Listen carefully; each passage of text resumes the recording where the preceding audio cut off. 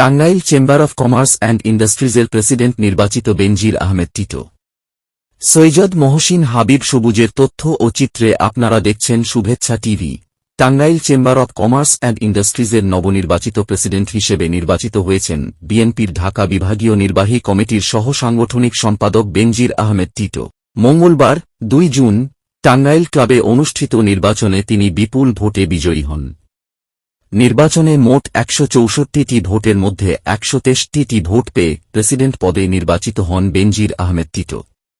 তার এই নিরঙ্কুশ বিজয়ে ব্যবসায়ী মহল, রাজনৈতিক সহকর্মী এবং শুভানুধ্যায়ীদের মধ্যে আনন্দ ও উচ্ছ্বাস বিরাজ করছে। নির্বাচনের ফলাফল ঘোষণার পর বিভিন্ন শ্রেণীপেশার মানুষ ও ব্যবসায়ী নেতৃবৃন্দ তাকে অভিনন্দন জানান।